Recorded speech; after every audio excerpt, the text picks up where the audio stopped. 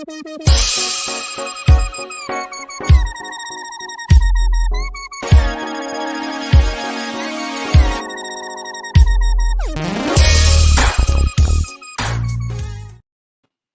back to another episode of the On Deck Circle podcast. I am your handsome host, Nick Zaniboni. You can find me on Twitter at nzaniboni93.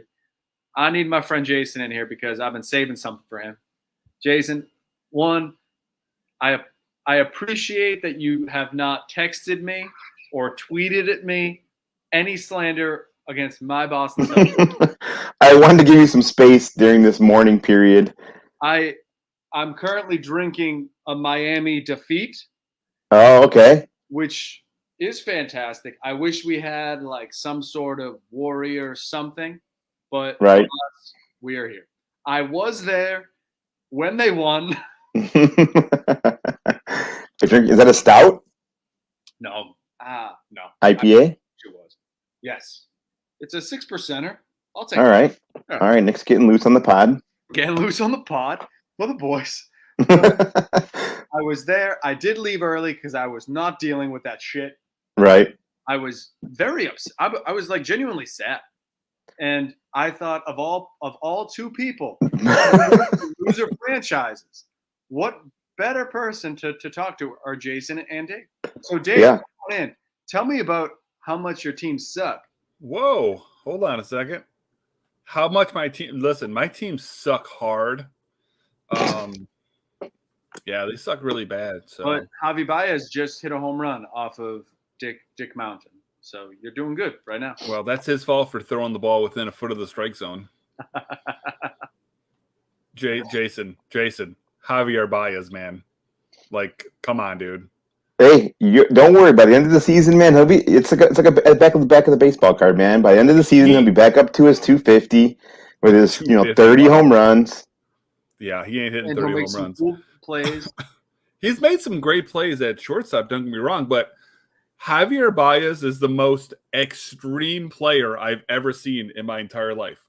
Like literally what he's going to have to do, and I'm guessing he might be at the beginning of it. He's going to have to hit like 400 for like 3 weeks. And then all of a sudden he'll be up to like, 250 because that's the only way he can get, to having decent numbers is just he's so bad for so long. And then he's got to have a short burst of he's just absolutely out of this world. And that's exactly what he will do. That is what he will do. So annoying. He's fun to watch on defense. I enjoy it. It's just, I've been through it, man. I've been through it.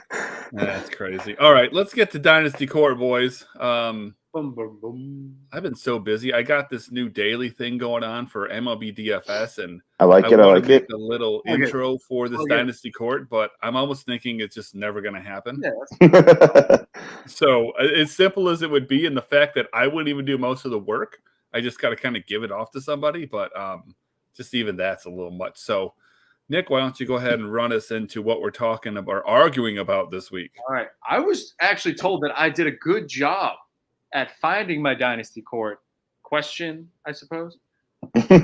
But we're talking about a position that I absolutely despise, and that is catcher. Dave or Jason, do either of you like catchers in general, like before we even start? I mean, I have a very dirty comment, but I will just leave it, and I will say no. So catcher is my second least favorite position next to relief pitching. Okay. Relief pitching can absolutely suck my ass. Catchers can just lick my taint. Okay, great. I like that, yeah. Yeah. I'm glad you kept that G rated. It's a lot better than what I was. It is June. So it is.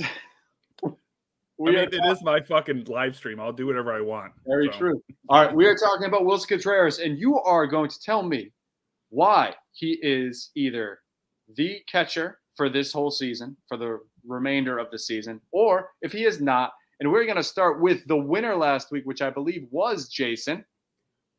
Yeah, there you go. I always get it backwards. I just got to think, Jason, which way do I think it is? 1 minute, starting at 5 minutes. Ready, set, go. Opening statement, go. All right. Well, when you're thinking about fantasy baseball and the most leagues go with like a 5x5 roto or even categories. So if you look at those breakdowns of what Willie ranks in, first among all catchers in home runs with 12, runs with, believe it or not, 40, slugging percentage, WOBA, and if you also want to talk about some more statisticals that you might count in fantasy, second in batting average, second in OBP. You can maybe ding him down a little bit for the RBIs because he's in such a disgraceful offense that is the Chicago Cubs. Still, 40 runs scored. The RBIs aren't there, but he still hits in the heart of an order. So he's going to get some chances at some point along the rest of the season. That's right now my first opening statements. Perfect. With 10 seconds to spare, Dave, you will start in 5, 4, 3, 2, 1, go. Blast off. Oh, he's muted. He's muted. He's wasting time. He's wasting time. Earlier. That's fine. I don't need all the minute here for my opening statement. So I think that it's really hard to say that any particular player is going to finish half of a season like for sure as the number one guy.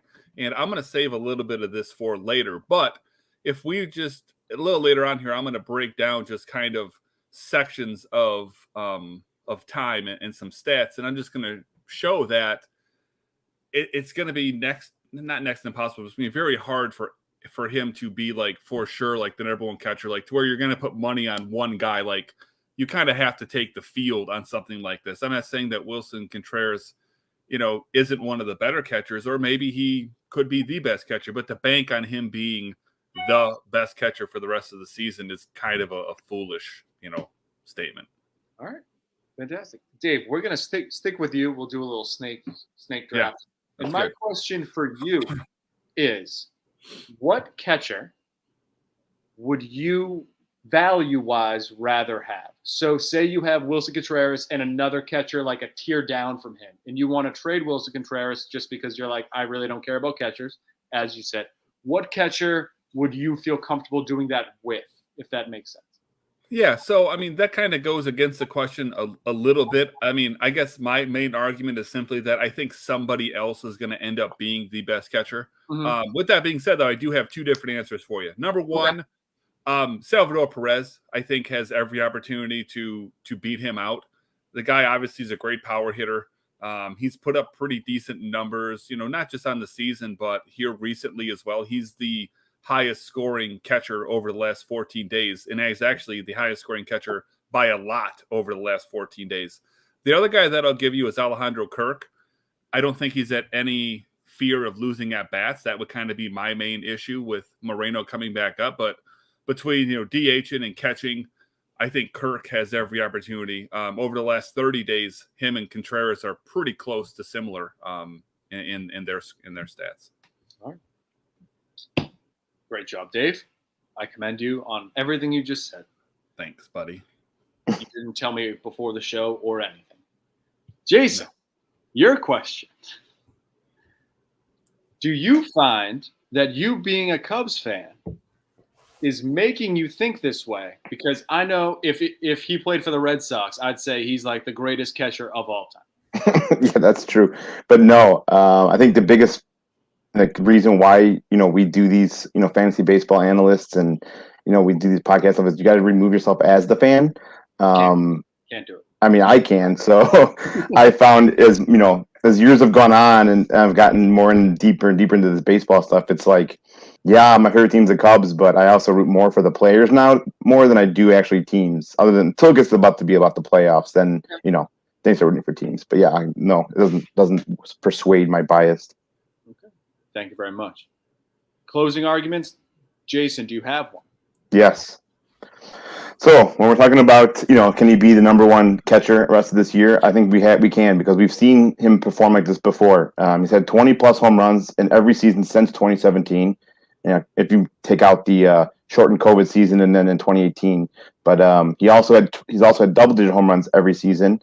And then when you talk about not just the counting stats, the average and the OBP, which are also categories usually in roto leagues, he can hang with the big boys there too. He's got high average, high OBP. Then we look at the range of outcomes for catchers. I think the outlier last year was Salvador Perez's 48 home runs. I don't think we're ever going to see a catcher hit that many. So if you're talking about a catcher that's going to hit 25, 30 home runs, with a 270, 250 average, I think that's possible from Willie this season. So okay, Dave, muted again. Fucking damn it! I got to keep coughing, and I mute it. Anyway, so long story short here, I just think that the likelihood of somebody else, being the number one guy for the rest of the year it's just too likely. If we go back, we look at the last 60 days, Willson Contreras is the number one catcher by a decent amount. If we just then go back the last 30 days, him and Alejandro Kirk are basically dead even. If we go back to the last 14 days, Salvador Perez is far and away better. As a matter of fact, Contreras is all the way down to the fifth best. So he's slowly been losing ground over the last, month of time. And again, I'm going to take the field over one individual whenever I don't think Willson Contreras is obviously an elite catcher at just a different level than everyone else. He's a great catcher, offensively speaking. And yes, he could end up as the number one. But again, I'm taking the field over this one for sure. All right. My ruling. Find my gavel. Dave wins it. Always take the field, Jason. No matter what. Always got to. Was that a bottle of Adderall or something? Yeah, right. Melatonin. So I was close. All right. Listen, as a Tigers fan, I don't get a whole lot, okay? So we're going to lead off the show here by talking about Riley Greene getting promoted. And it's a big day if you're a Tigers fan, or it was a big day if you're a Tigers fan, because Riley Greene all of a sudden jump-started one of the worst offenses in MLB history. And this is a kid who I think, consensus top 3 prospect. Some people have him 1, some people have him 2. He plays a position of need for the Tigers in the outfield as well. And since he's been called up, again, it's the smallest sample size possible, almost 13 plate appearances. But, the biggest thing is he's been walking, getting on base. That's something that the Tigers have really lacked, but it's a really good, skill to have, for fantasy as well. Specifically, obviously, if you're in an OBP league, that's a huge help. But this kid has all the makings of being a, perennial top 10 outfielder. Should be a perennial top 25, player year in and year out. I expect that the Tigers offense is going to get better in time. So he shouldn't be just an outlier, on a terrible team. There's not really a whole lot he doesn't do. I mean, he doesn't have prestigious power, but, he's got enough to be serviceable by far. He's not a speed demon, but he'll steal you enough bags to make a difference. Good OBP skills, good batting average skills. He's going to bat at the top/middle of that lineup for a very long time. So super excited if you've got Riley Greene and been holding on to him for any period of time. That's my inside take. I don't know who just got murdered, but whoever is alive, if they want to go ahead and chime in with their thoughts. There may have been a murder upstairs. He's currently up at the plate. There's 1 strike. We are going to live. No. Play by play. I actually debated getting tickets to one of the games just because the Tigers suck. So the tickets are pretty cheap. It's like $16, but I did not make that decision and go. However, I am excited to eventually catch a Riley Greene game. And I would love to have him on any of my teams, but you know what? I'm not going to have him. Yeah, I got him. I've only got him in one place. And I actually drafted him in my first-year player draft because he's always had a pretty decent value. As a matter of fact, so fun fact, the first time I saw Riley Greene live was, I think, what had been 3 years ago, I guess. I want to say 2 years ago, but they didn't have minor league baseball 2 years ago. So it had to be 3 years ago. And I watched him here in Lansing, and at the time it would have been low A. And I was nervous as hell because he had the goofiest looking little hitch in his swing. And I was scared to death. I'm like, I don't know if this kid's going to be able to hit when he gets up to, to better pitching unless he makes a swing adjustment, and he has made a swing adjustment because he doesn't have that crazy hitch anymore. But when I first saw him live, I went, oh, fuck. Like, this isn't – I'm not happy about this. And he just happened to have a bad series anyways. But either way, I wasn't super, super thrilled. But I am now. What do you think, Jason? Yeah, and I think you kind of nailed everything on the head. You've been holding this guy for a while. He was a former top 5 overall pick, I think 5th overall pick in, I think, like 2019. So he has been highly touted for a while now.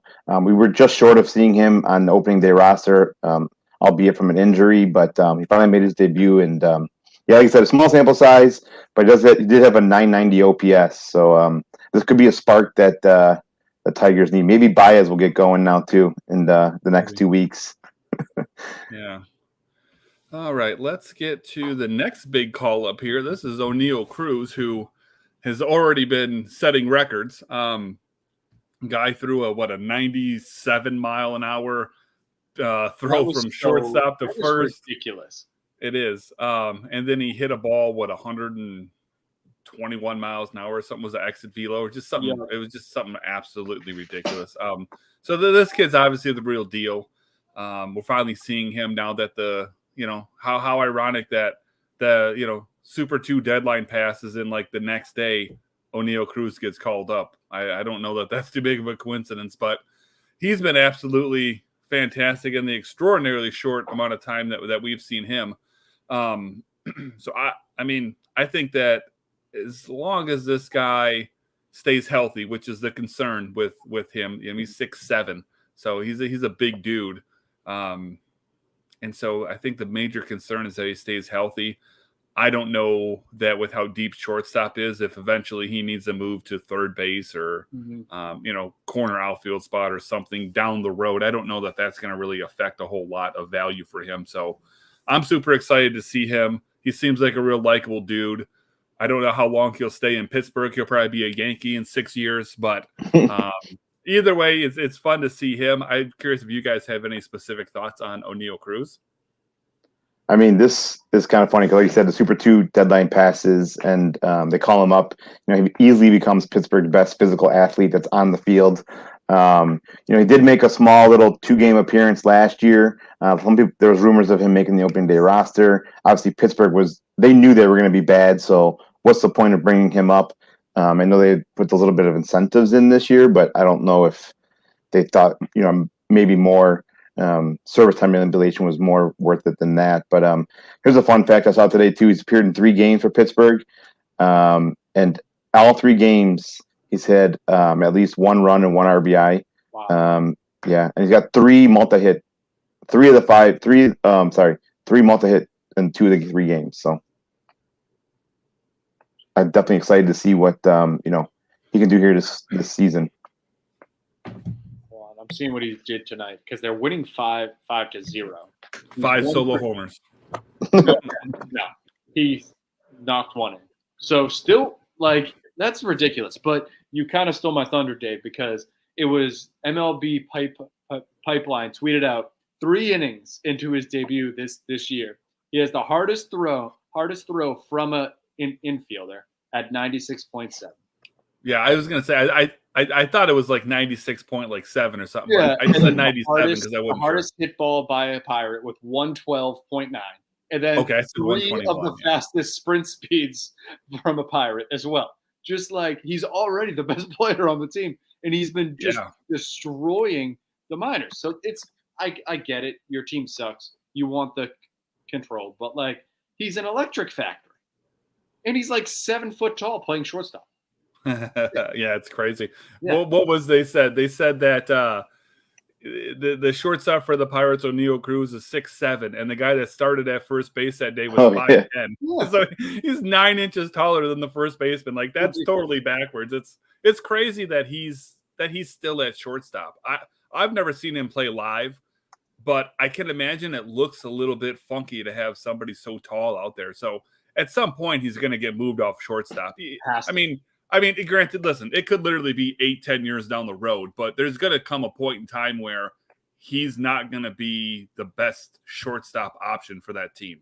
It's at some point it's going to happen. But again, so long as his bat is carrying him, which that's kind of half the point of why he's such a highly regarded prospect. I don't think it's going to matter one tiny bit where he plays. You just want him in your lineup. So speaking of guys that you want in your lineup, Manny Machado, I think is going to hit the IL. It's not official, but I think it probably err on the side of caution here. And I don't know if his ankle's got to be better than mine. I'll tell you that. But he's got an ankle injury. We need to talk about that as soon as we're done. I mean, we can talk about it at the very end if you remember, and we have time. But I don't know, man. I mean, the IL stuff, it's big news because it's Manny Machado, and Manny Machado's had an absolutely fantastic season.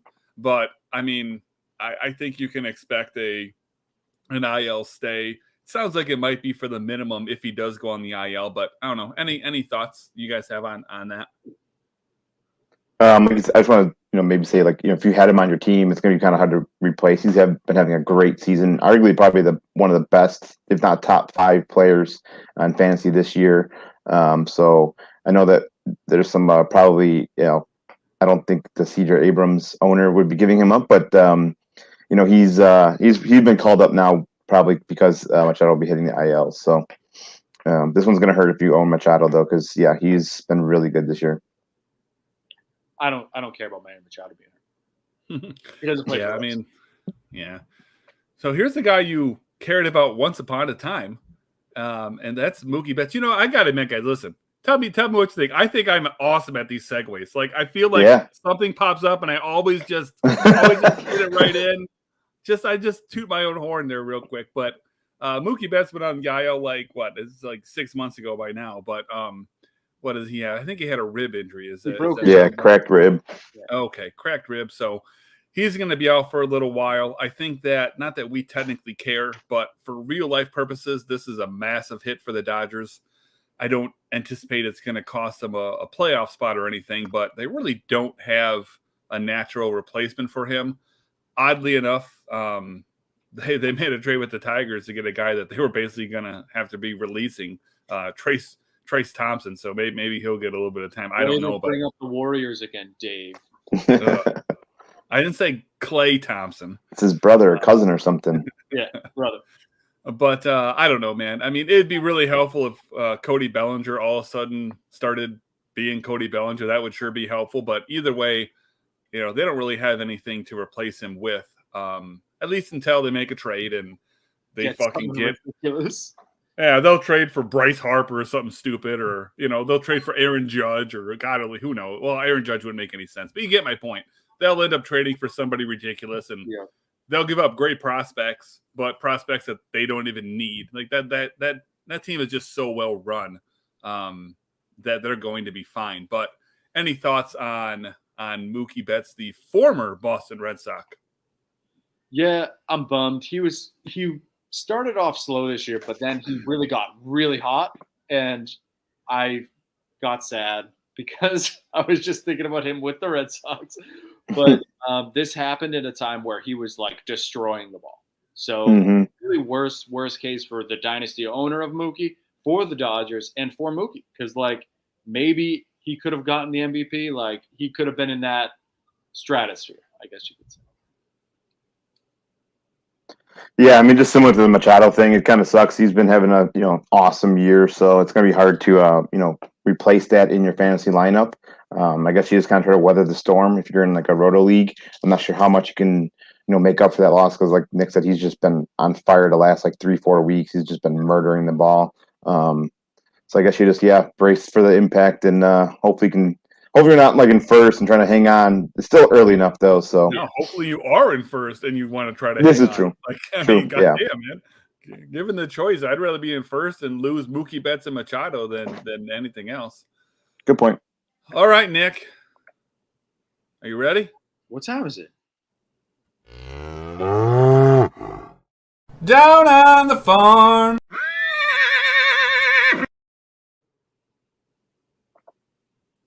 Take it away, Jason. I don't know if you just said that to Nick because Nick likes the intro, or I think that's I think that turns Nick on a little bit. To be honest. The farm animal sounds. Yeah, I think when that horse neighs at the end, I think Nick's desk raises about 2 inches. Okay. Well, this week, his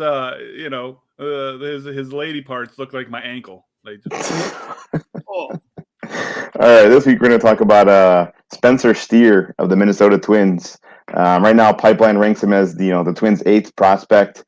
He mostly plays third base, but he also sprinkles in a little bit of second and also as well some shortstop. Mostly just third base and second, though.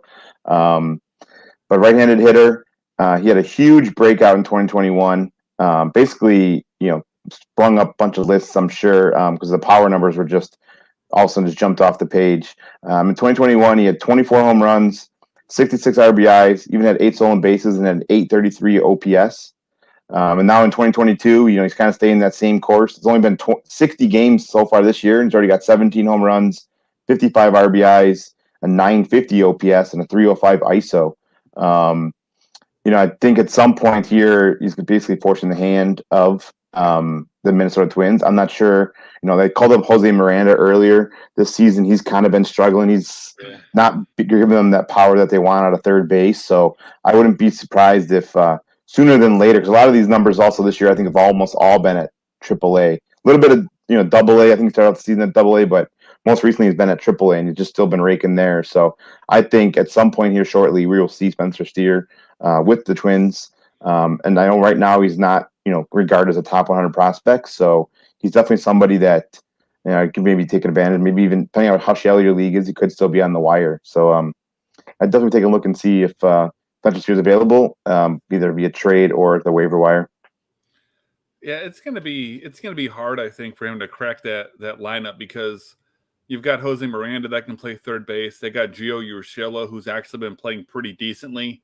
They obviously don't need any help in the outfield or at DH. So I don't know. It's going to be hard to see him this season, barring maybe an injury or something. But, I mean, Twins are competing for a playoff spot. So, there's something to be said for that. Now, to go back to what you said, he has more at-bats in AA than AAA, but not by like a ton. He'll catch up here in a couple weeks.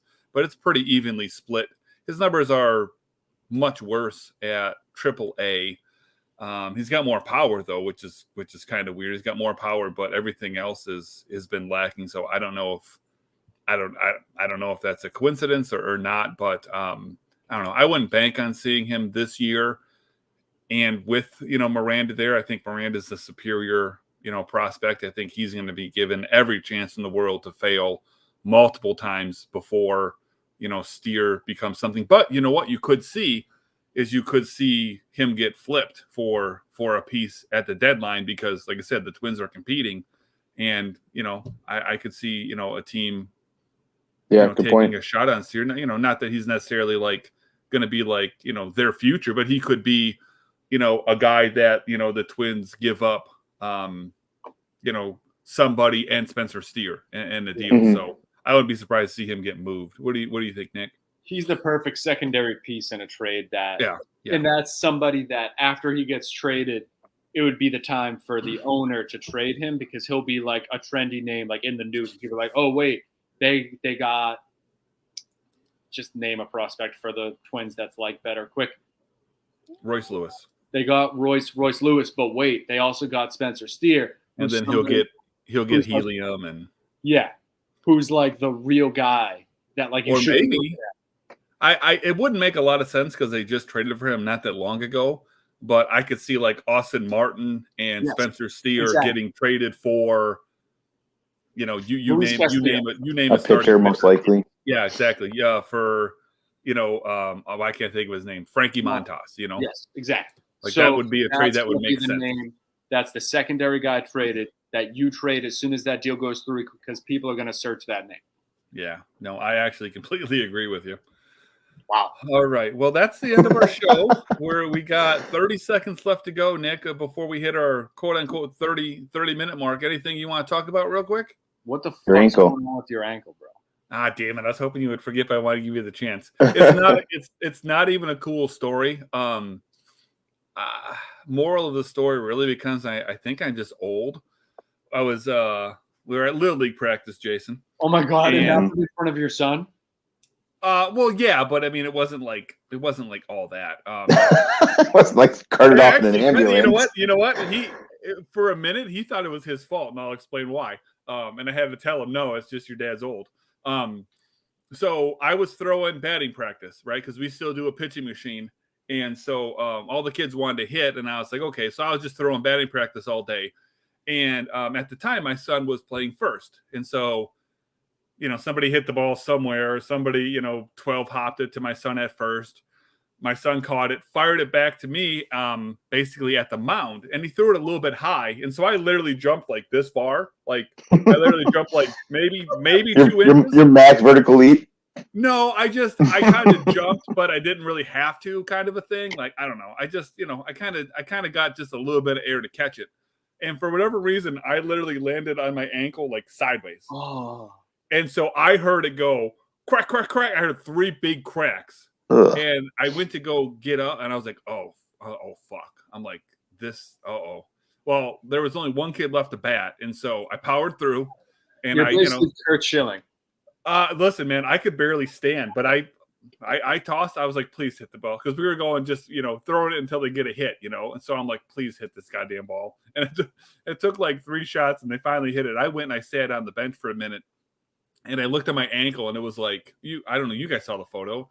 It was like twice the size it was supposed to be, and I was like, oh my God, like this sucks. And then I got home, and it got like worse, and it got to like I couldn't even walk around the house. I had a step ladder, like a small like 3-step step ladder, and I had to use that as like a walker to get to the bathroom. I was like, this isn't good. And then the next day it got a little bit better, and then by yesterday I actually mowed the lawn, which probably wasn't a very good idea, but I could walk well enough, and the lawn needed to get mowed, so I like mowed the lawn and stuff, and it's super bruised up. And so yeah, I'm just old. I didn't really I wasn't like saving a kid from like a train or anything. I just half-ass jumped for a ball that was like 2 inches above my head. So anyway, so we got home, and my son had asked me, he's like, Dad, he goes, like, how did that happen? And I know I said, well, buddy, said you threw the ball, and it was a little high, so I jumped a smidge, and I went to go grab it, and I landed on my ankle. He's like, oh, that's my fault. He goes, I broke your foot. I'm like, no, it's not your fault. Like, I mean, he goes, yeah, but if I would have threw the ball better, you wouldn't have hurt yourself. And I was like, it really wasn't because of your throw. It was just because of the way I landed. But for a minute there, he all felt bad, like it was his fault. And I'm like, it definitely isn't your fault, buddy. Well, that's nice that he cares. Yeah, he felt bad. Also, happy Father's Day to the two of you. Thanks, buddy. Thank you. Play your cards right, and maybe you too can be a father. No, sir. Nice. I got one. Okay, well. Trevor Story did just hit a home run, so I hope you did put him in your lineup. He is in my cash lineup. So all right. So that is. Can you please plug your DFS thing? My little daily thing. So I am doing a daily MLB DFS quick hit. It's literally going to be, just a couple minutes. I think each episode has been, I've only done 2. They've been like 2.5 minutes and like just under 3 minutes. It's just going to be a real quick down and dirty. All right. Whoa. Yeah, it's going to get real I didn't even wear a shirt. I didn't wear a shirt today. It was just straight nips. But I've just been going over some easy topics. I'm not a DFS player at all, and I've watched the last 2 days, and I've already learned 2 new things. So, there you go. I'll wait tomorrow. Well, I don't know about tomorrow. I got a weird work day tomorrow, so I may or may not get to one tomorrow. But either way, the next episode, probably tomorrow, will be about stacking. You'll want to pay. I want to hear that. Yeah. And then after that, I'll probably talk about topics as I think of them and as they come up. But I'm kind of hitting the big ones early. At the end of the day, either way, I'm going to go through and give you a couple of pitchers to keep your eye on, to consider, give you a couple of hitters to keep your eye on to consider for that specific day. And I've been kicking ass. I won on Father's Day on Sunday. I took down 7 tournaments. Yesterday, you like that? Yeah, that was sick.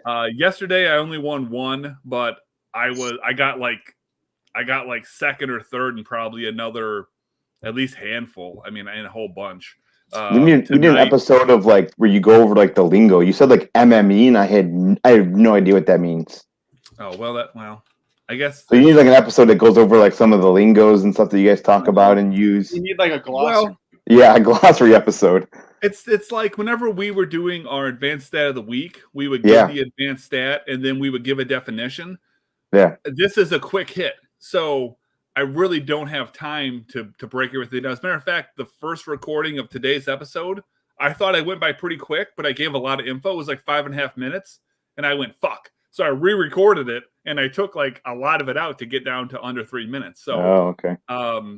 I don't know. I mean, I guess I imagine at some point soon, I'll keep that in mind, Jason, and maybe after the stacking episode, maybe I'll talk about contest and contest selection or something. And just one of the episodes. Yeah, in like 2 minutes, 3 minutes at a piece, I don't have a whole lot of time when I have to talk about something. And then, hey, by the way, these are the players today. So I'll get to it. I appreciate the insight though. But yeah, that comes out every day. There's not a scheduled time for it. It'll almost surely be in the morning because, it can't be too late in the day because people are, building their lineups. But look for it in the mornings. You can subscribe to the Fantasy Six Pack YouTube channel so that you can have access to those. I post it on my Twitter every day as well. So it's literally quick. Like you can watch it while you're taking your morning shit real fast if you want to. But it goes pretty quick. That usually takes 2 minutes. Well, that's between you and the missus. You'd want to like cast that or something onto your TV. You don't want to be, or she can hold it for you. Maybe put on a tablet or something, and all right. Well, I think that's it. Appreciate everyone tuning in, and I think we will see you next week. Perfect. See ya.